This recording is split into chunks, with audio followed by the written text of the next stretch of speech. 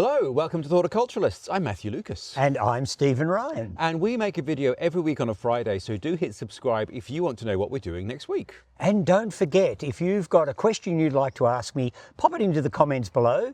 Tell me where you're from so that we've got context. Yes. And we will answer it in our Monday shorts. We will indeed. Well, I'll read it out. Stephen will answer it beautifully. But Stephen, we're squatting by your postbox. Yes. Why could we be doing that? Well, because there is a colony of some really pretty little white things that are growing in my rock garden down here. And they are going to be the topic of this week's video. Which is?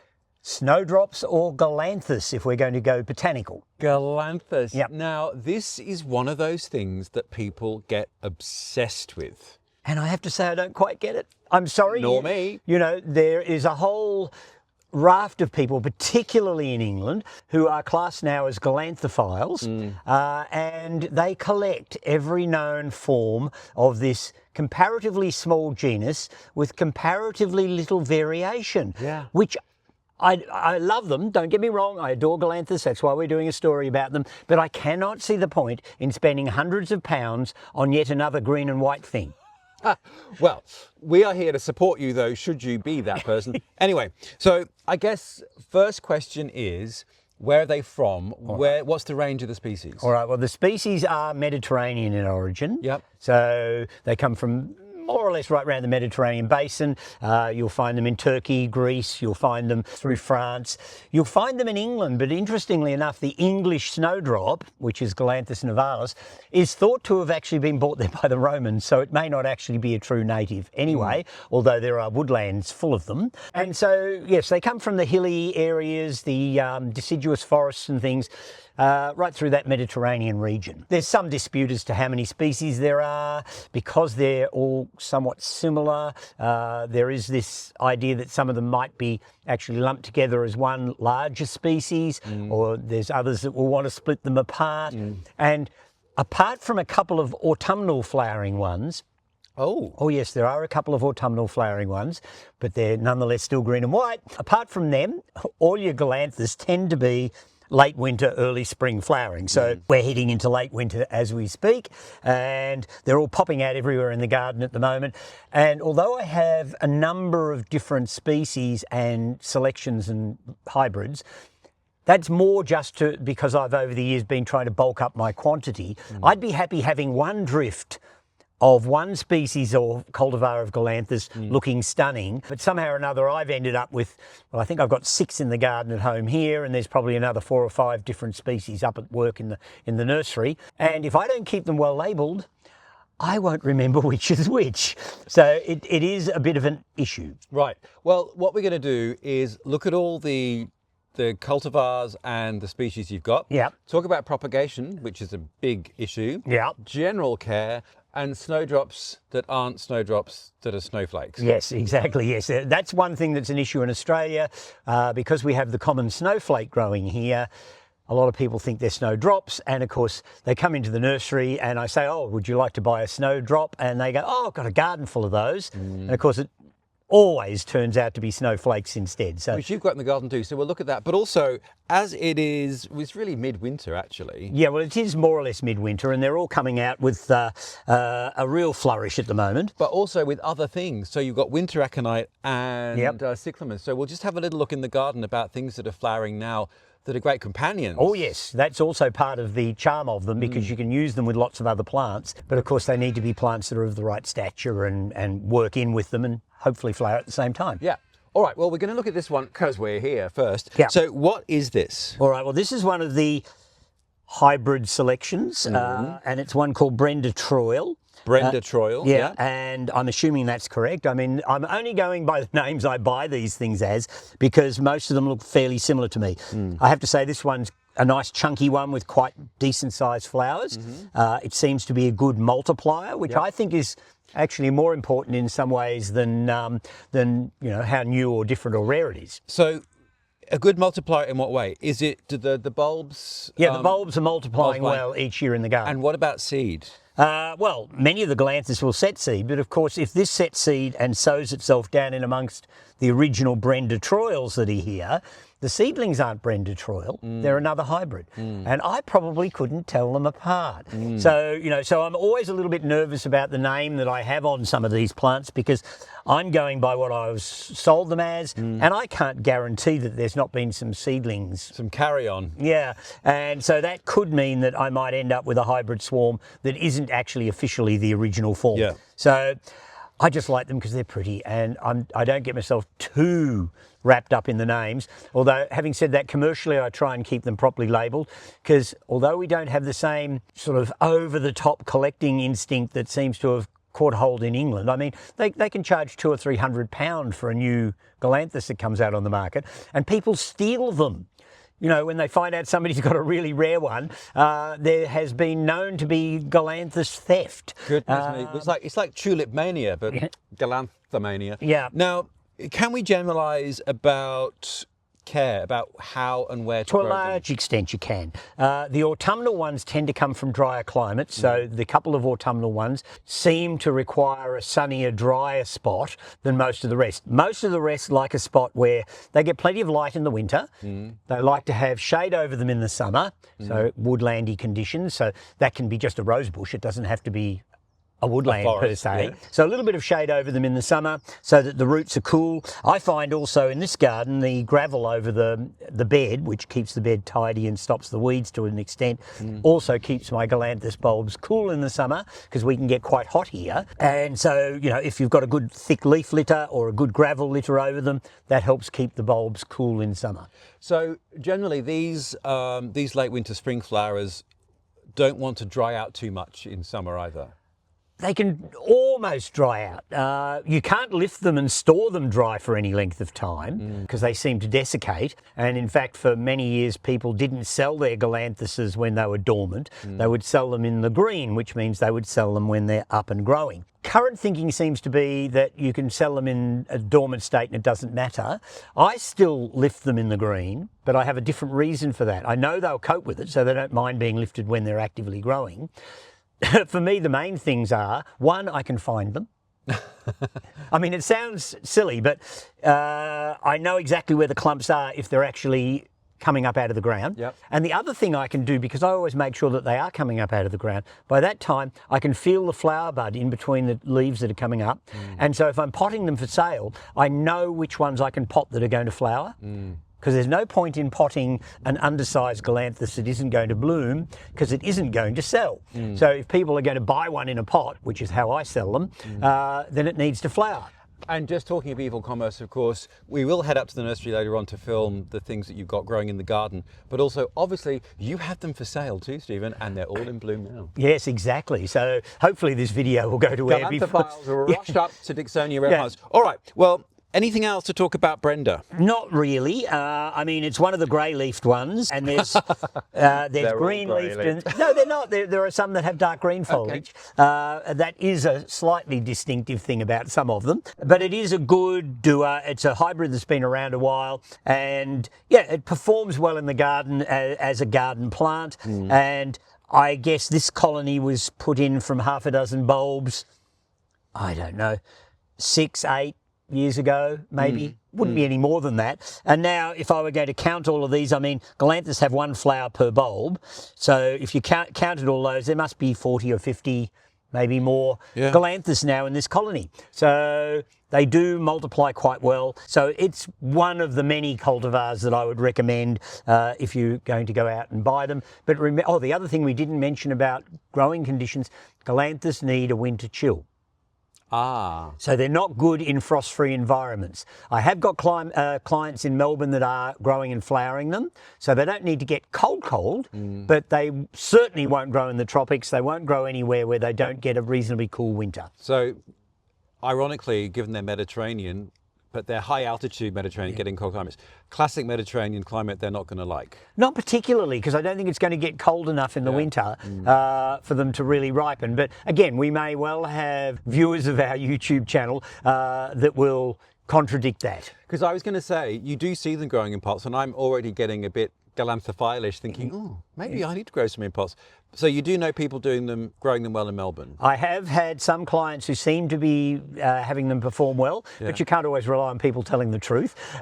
I'll give it a good Aussie go, Stephen. Yeah, but, all right. And I might add, they do seem to be better in the ground than in pots, and that's generally for the two reasons. One is the pot will warm up more in the summer than in the ground, which is a bit of an issue. And also, a pot can dry right out. Yeah. And so it's very hard to make sure that there's just that tiny bit of moisture in there without overwatering them. In the ground, of course, they're often competing with other things around them, so there's root systems of other plants in there. Yeah. They'll take up the excess moisture, Yeah. so they'll never get too wet.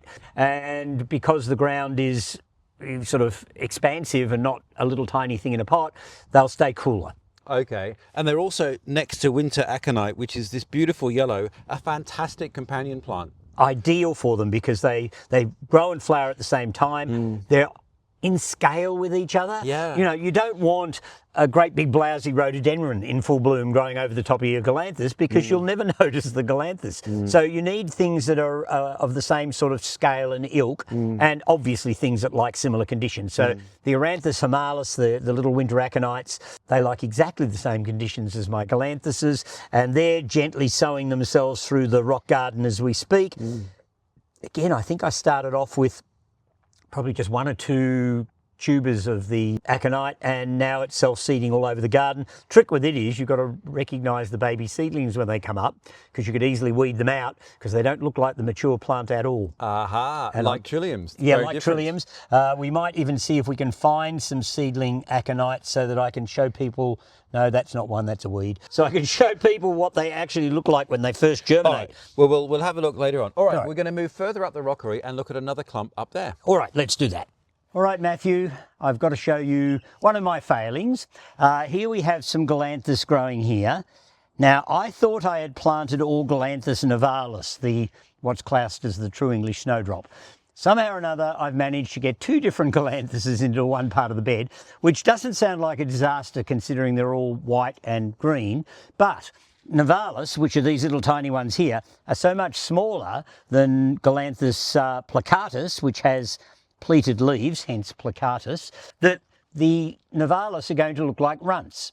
So what I need to do probably is lift the plicatus out of here and put them somewhere else and keep it just for the nivalis. And that's one of the drawbacks with Galanthus.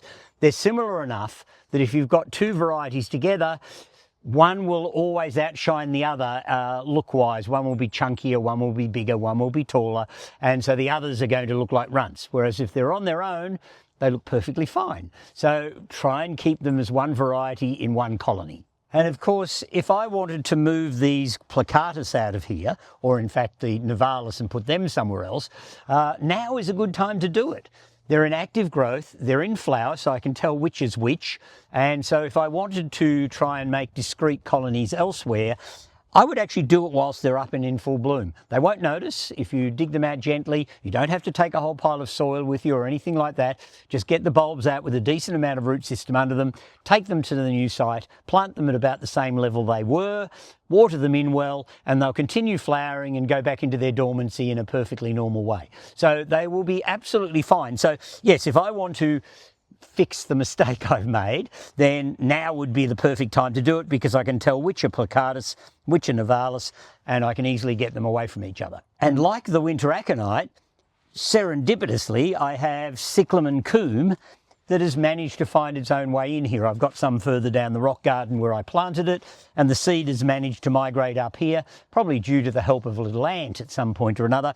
And so eventually I'll end up with a drift of Cyclamen coum underplanted under my Galanthus, which is just a fabulous way of growing them. All right, Matthew, here is another combination that I've used in the garden to great effect, and this is Cyclamen hederifolium, the autumn flowered cyclamen, so that will be in flower right through the autumn into the early winter, and we've got more Galanthus growing amongst those. So they'll flower in the late winter, the cyclamen is finished, but the foliage is a really good contrast with the Galanthus, so it works really well. And I have 2 flowering periods in the year.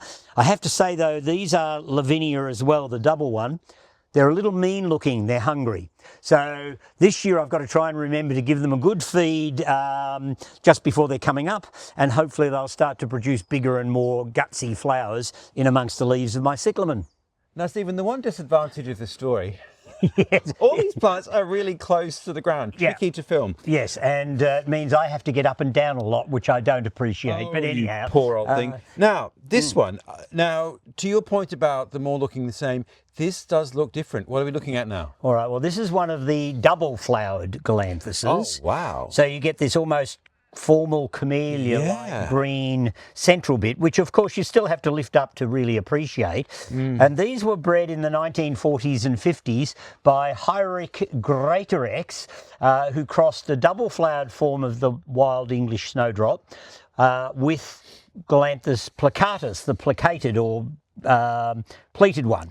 And so, all right, so those two that we just saw, but the double forms crossed. Yeah, and so he ended up with this range of lovely doubles. I have to say, all the doubles look the same to me as well. And he named them after Shakespearean characters. So there was Desdemona, this one is Lavinia, and there was Ophelia, and, you know, all those names from the Shakespeare characters. And I've only managed to get this one, Lavinia, which was given to me by a dear friend of mine who was a mad keen bulb collector many, many years ago.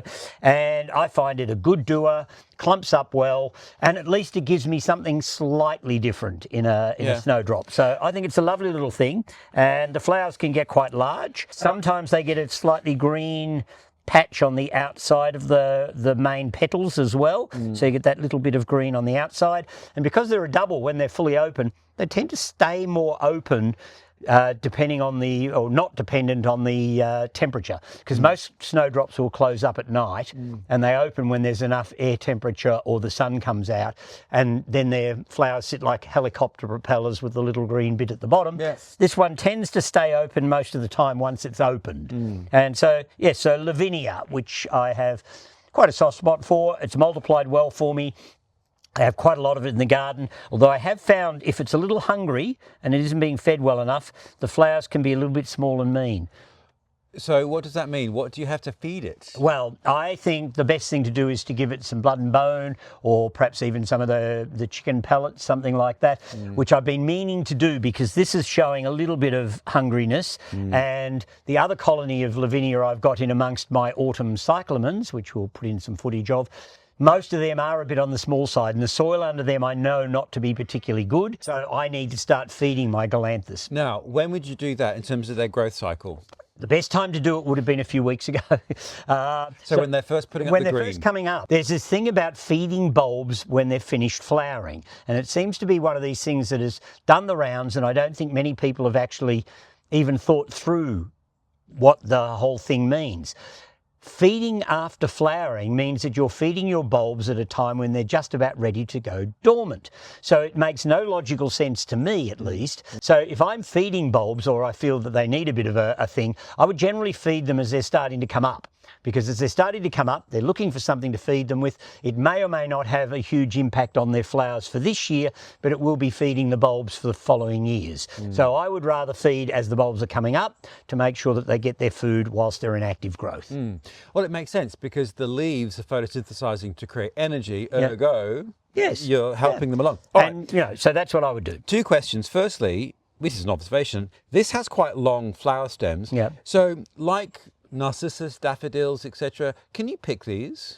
You can. I mean, they'll only make a little posy for on the table or something like that, but they actually last quite well as a cut flower. They'd last every bit as long as your average daffodil will. So if you're happy with the vase life of a daffodil, then you should be happy with the vase life of snowdrops as well. But because they hang over, they don't show themselves off as well in a vase. But, you know, a little egg cup with half a dozen flowers of these, with maybe a couple of cyclamen coum flowers as well. You know, how artistic can you be? You're an artist, Stephen, right. And Stephen, your earlier point about shade, it could just be a rose bush. Here, you have got a tree peony, which is going to not like a massive thing, but it will shade this spot perfectly. Yeah, it will. And of course it flowers later. I wouldn't want to have my tree peonies in flower with my Galanthus, because you wouldn't even know the Galanthus were They there. never would though, Steve. No, well, even if they did though, it would be pointless, because, you know, you've got a tree peony with a flower the size of a soup tureen with these dainty little things underneath it. So when the tree peonies come into flower, they can have the garden all on their own. You don't need anything else. So, and as we've seen though, companion plants for this, the flowers are similar size. It's just the height of the plant and the colour. So we've got the magentas of the Cyclamen, the bright yellow of the Aconite with the white of the snowdrop. Stunning. Exactly. Well, let's go and look at the snowflake that isn't a snowdrop. Yes, that's a good thing to do. So when is the snowdrop not a snowdrop, Stephen? Well, when it isn't one. When it isn't one, exactly. The English who are watching this might think it's rather odd that we get confused here between snowflakes and snowdrops. Yeah. But snowflakes, the Leucojum aestivums, are a very common bulb here. I mean, you'll see them growing where old farmhouses have disappeared, multiplying around all over the place. And so they're the commonly grown bulb here, whereas Galanthus are much rarer and only usually found in gardens of people with exquisite taste. Hashtag obsessive. Yeah, and obsessives. And so quite regularly people think these are snowdrops in Australia. And I regularly get people who come in and I say, oh, wouldn't you like to buy a snowdrop for your garden? And they say, no, I've got masses of those old things. But of course what they've got is snowflakes, so Leucojum aestivum. And they're easy to tell apart. They're much bigger growing, the snowflakes. They have multiple flowers to each stem. Yeah. And all the petals are the same length, so there's no little cup inside. And the green on them is one little dot on the ends of each of the petals. Which is very pretty. Now, so where are these from? Well, the snowflakes are also sort of from Mediterranean regions, but slightly lower altitudes generally, so they're much more robust as a bulb. They'll cope with no winter chill. They'll cope happily with really hot, dry summers. They do seem to like a moisture retentive soil though. Very, very easy to grow in our climates. Whereas the snowdrops are much more adaptable to the colder climates. And in certain places, these have naturalised here. Oh yeah, they hesitate to say they could be weedy, but they certainly are a bulb that has found its place in Australia's environment. And you do see them around a lot, but you don't see them in vast drifts. Like oxalis. No, exactly. Which really has gone berserk. Yeah, so lovely little bulb nonetheless. And there's only a couple of species still in the Leucojum genus. It's been split up as well. So if you have any Leucojums without spots on them, they're probably Acis now, so ACIS. And they're smaller, more alpine bulbs. And just in terms of planting for these, so you'd plant them in the similar condition as a narcissus or a daffodil? They're actually a great companion plant for narcissus. So for your larger naturalising daffodils, what could be worse, or what could be better, I should say, than having a colony of these dotted through them? They tend to come out a little earlier than most of your narcissus, but that sort of carries your season through. All right, from what's not a snowdrop, we've got some more real snowdrops to look at in the back garden. Yes, some more little green and white things. They're all so different, Stephen. Yeah, this is like the Devil Wears Prada. What's the difference between this and this? Now, this chunky little number is a Galanthus called S. Arnott, named after Sam Arnott, and it arose sometime around about 1922. And in 2004, the experts at the Royal Horticultural Society decided that this, for whatever reason, was the best snowdrop available. Okay, Stephen. Yes? This seems like a Galanthus only a mother could love. Yeah, I don't know. I quite like it. This is one of what they class as the yellow Galanthus. It's like the blue rose. They're not really the colour that they're described, but there you go. It does have quite yellowish coloured ovaries at the top of the flower. I will give it that. And otherwise, it's white and green. Yeah, well, and the internal petals are a slightly yellowish green. But I mean, it's slightly different. So, of course, any Galanthophile is going to get excited by anything that's slightly different. And the name of this one? This one is Galanthus Spindlestone Surprise. And what's the surprise? That it's yellow-ish. But amongst the yellow Galanthus, this one actually is quite a good doer. A lot of the yellowy ones tend to be quite weak and difficult to keep going. Yeah. This one is still comparatively new. I'm not quite sure when it was bred, but it hasn't long been available in Australia. I certainly know of one grower that has been marketing it last year at $32.50 a bulb, which for us in Australia is an awful lot of money for a snowdrop. And mine I bought 4 years ago. I bought 2 tubes, and I think I paid $20 each for the tubes at the Alpine Garden Society meeting. So that's just 2 bulbs? A bulb, yeah, $20 each. And it's clumped very quickly then? Yeah, it is. It's clumping up rather well. In fact, I had enough to lift about 4 or 5 bulbs, which I potted for sale. And sold them, really. Also, I can just see some are starting to come through the rock. So that's a very lovely, that's probably my own fault. When effect. I was lifting the other bulbs, I probably pushed one down into the ground and it's trying to find its way up underneath the rock. But anyhow, so these are what they class as the yellow galanthuses. They're going to disappoint everybody except for galanthophiles because there's not that much yellow about them. But, they're one of them sort of differences of galanthuses that people look for. All right, and there's just one more behind us. Again, it's white and green, but we'll have a quick look at that before we head up to the nursery. All right, let's do that. Now this one, Matthew, is one of the wild species, and this one is Galanthus woronowii, and it comes from Western Turkey and Central Caucasus, and it again gets green and white flowers, but it's sort of major diagnostic feature. It's one of what is classed as the green-leafed galanthuses. So it has a dark green leaf as opposed to the more silvery green that most of the other galanthuses have. So there's a range of these ones that have the green leaf. Woronowii is one of the larger flowered ones. I think I've got at least one other species in the garden up at the nursery that has this dark green foliage. But again, only the devotees are going to be worried. Now, this one is actually growing underneath the canopy of a dwarf lilac, which is the Korean lilac, and we actually did a story on lilac, so we might actually link that one below so you can go in and have a look at that as well. All right, we're up here in what is supposed to be the display garden of the nursery, and this is where the major concentration of Galanthus are in the garden here. And as Matthew's panning around, you can see that there's different varieties planted in here, which I don't think is the way I'd use them in the garden at home. And it also has created a few problems for me here at the nursery, because when labels disappear, it can sometimes be really hard to remember what I've planted where. But you can see there's green-leafed ones, there's large flowered ones, there's small flowered ones, there's some double flowered ones. So there's a whole range of different Galanthus growing here, some of which I can still identify. Well, Stephen, I've loved our romp through the murky fields of identical Galanthus. Well, to us. Actually, funnily enough, I have been able to start spotting some differences. Yeah. It does need that little bit of familiarisation. You have to immerse yourself in the world of the Galanthus. Yeah. Talking of which... Yes, we have some wee ones here. You can immerse yourself in the world of Galanthus at Dicksonia Rare Plants, where they're all in bloom. So now is the time to be buying them. How many different varieties have you got? Well, this year I only potted 3 different varieties, I think. 4 different varieties. So let's tell the kids what you've got. You've got Galanthus rhizohensis. So that's a species. That's a species. I've got Galanthus magnet, which is one of the large flowered hybrids. Oh, that's a great one. I've got Lavinia, the double flowered one that we mentioned before. And plicatus. And plicatus. And no, we haven't. We've got 5 because I actually have got some Spindlestone surprise to sell as well. And what's the surprise? It's not yellow. Yeah. But actually, holding these 2 up now, you can see that yellow ovary there. Yes, exactly. But do we need to know all those things? Well, I guess you do if you're a galanthophile.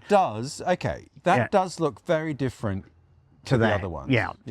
So anyhow, so we've got Galanthus available for sale, and their price is dependent on how rare the different Galanthus is. Okay, so let's just talk a little bit about pot culture. So earlier on you said not great permanently in pots just because of the heat and the cooling. Yeah, they seem to grow better in the open ground. Yeah. And I lift them when they're actually starting to grow, as I mentioned before. So these were only potted up 4 or 5 weeks ago. Right. And if I sell them to people, I suggest to them that whilst they're still in bloom, they take them out of the pots, all the potting mix will fall off, and put them straight into the garden, push the soil around them, to do it gently so you don't knock the flowers off, water them in, and they'll just keep going.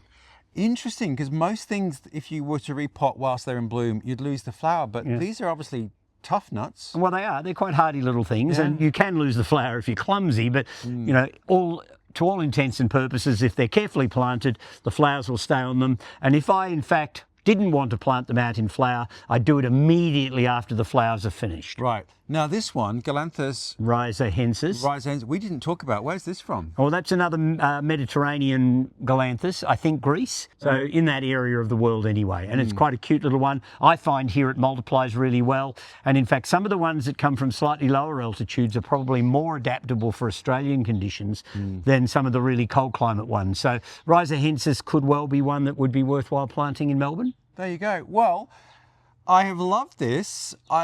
I mean, we were both not cynical, but thinking, is there a story in Galanthus? Well, there has been. It's actually been quite interesting. Yeah, it's good fun. They're a great group of plants. Yeah. And I know there are people out there that will be poo-pooing this story who've got 150 varieties of Galanthus in their garden. But nonetheless, for the average home gardener, enough is enough, I think.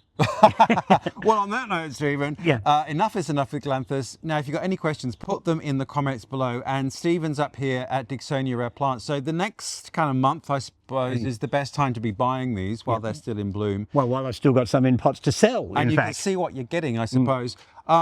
But if you want to know what we're doing next week, you'll have to hit subscribe. And don't forget to press the alert button so you'll be reminded every week. And don't forget our Monday short. So if you've got a question you'd like to ask, put it in the comments below.